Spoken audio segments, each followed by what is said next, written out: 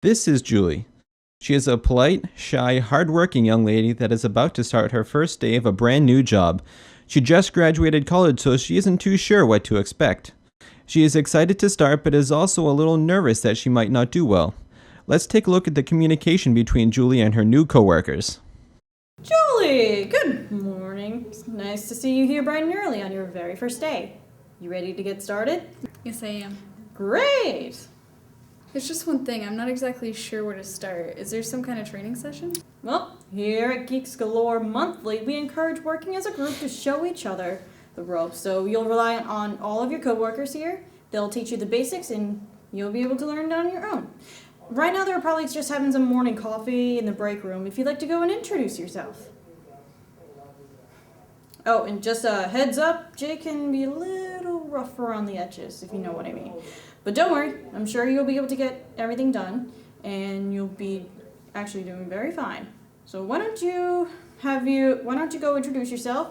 Make sure you have your work done by 4:30 today. Sound good? Yep, sure, no problem. Great. Morning, Jake.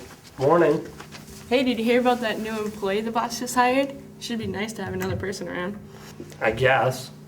What do you mean, you guess? We've had so much work lately, and it'll be so nice to have some of it off of our plates. I seriously doubt it. I heard you just graduated college, and this is pretty much your first real job. I don't know how the boss hired someone so inexperienced.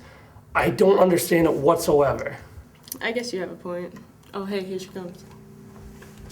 Hi, my name's Julie. Hi, Julie, I'm Kim. Nice to meet you. So you guys are gonna train me? Train you? She wants us to train you? All right, just head on over to your desk, and I'll be over in a while.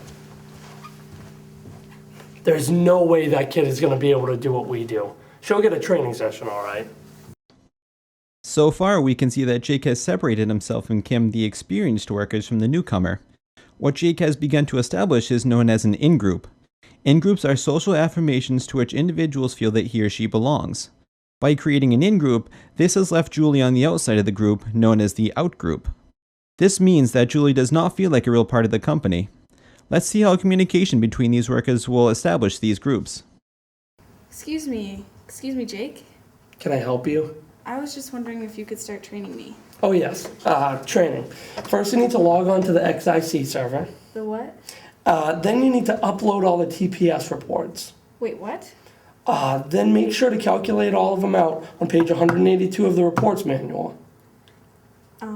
And do not forget to file them properly. The pink folder goes to accounting, the fuchsia goes to purchasing, and the goldenrod ones go to the boss. Leave the pews. Jake has made it so Julie will not be able to do her work, keeping her in the out-group of experienced employees. This poses a serious problem for Julie. How will she be able to do her work? How will she become a member of the company? The communication accommodation theory can help Julie with her problem. The communication accommodation theory explains the ways people alter their communication to either match or differ from another. We've already talked about established in-groups and out-groups. We have just witnessed the way Jake purposely used his words that Julie is unfamiliar with. These words are known as jargon. Jargon is specialized language that helps create and maintain a distinct in-group. By using jargon, Jake has kept Julie in the out-group. This sort of tactic is known as divergence. Divergence is when someone purposely alters their speech to differentiate themselves from a person or group. We can see how the use of jargon and divergence go hand in hand to differentiate between an in-group and an out-group. Let's see if Julie can accommodate her communication to become part of the company. Hey, Julie, it's 4:30. Do you have those TPS reports filed and ready? Sure. Here you go. Oh, dear me. This folder was supposed to go to accounting. These numbers, they're really wrong, but, did you actually seem to have a little trouble with this? I'm not really sure what a TPS report is, let alone how to file one. Okay, you know what? Why don't you just talk to Kim and she'll probably help you out, because, yeah, why don't you just talk to Kim? Okay. Alright, sounds good. Hi, Kim. Can I talk to you for a second? Sure, what's up? Well, I was supposed to file these reports, and they didn't turn out right, and I followed Jake's instructions. Wait, you followed that, idiot. Was I not supposed to do that?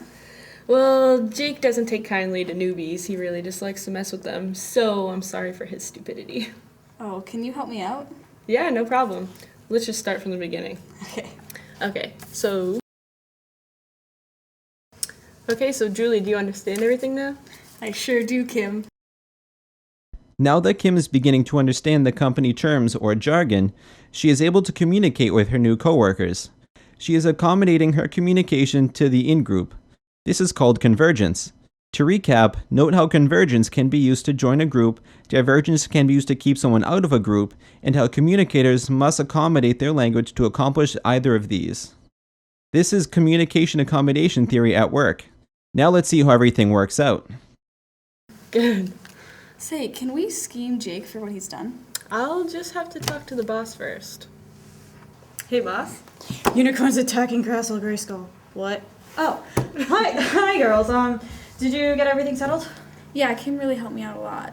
We want to get back at Jake for him torturing Julie so much today. Can we do that? What? Seriously, I had no idea that Jake would really do something to this to you, so I'm really sorry. I should really consider this harassment. But in your case, go right ahead. So what do you think we should do? Just leave it to me. Hey boss, you needed to see me? So I heard that there's a rumor going around that it's torture someone you don't know today. Is it true? What are you talking about? I need someone to go buy some horseshoes. Why? It's a luck charm, you know? What's going on, boss? Nothing. If you wanted to torture someone, you should have asked me. Therefore, you would have had my permission. I didn't do it. Kim put me up to it. Really? Julie and Kim were in here earlier saying that you wanted to pull the idiot card in front of the boss today. Darn it. Well, this is a very serious thing. Using the communication accommodation theory for evil is a bad thing. Oh my god. Just do it or you're fired. All right. What's going on here? Sounds like someone misused communication accommodation theory. That's right, Kim. And to thank you ladies for showing up, you will get a special reward with coffee and 2 good paychecks. Yay! Remember, communication accommodation theory should be applied to everyone, and that includes Julie. I know now. Thank you. No, Jake. Thank you.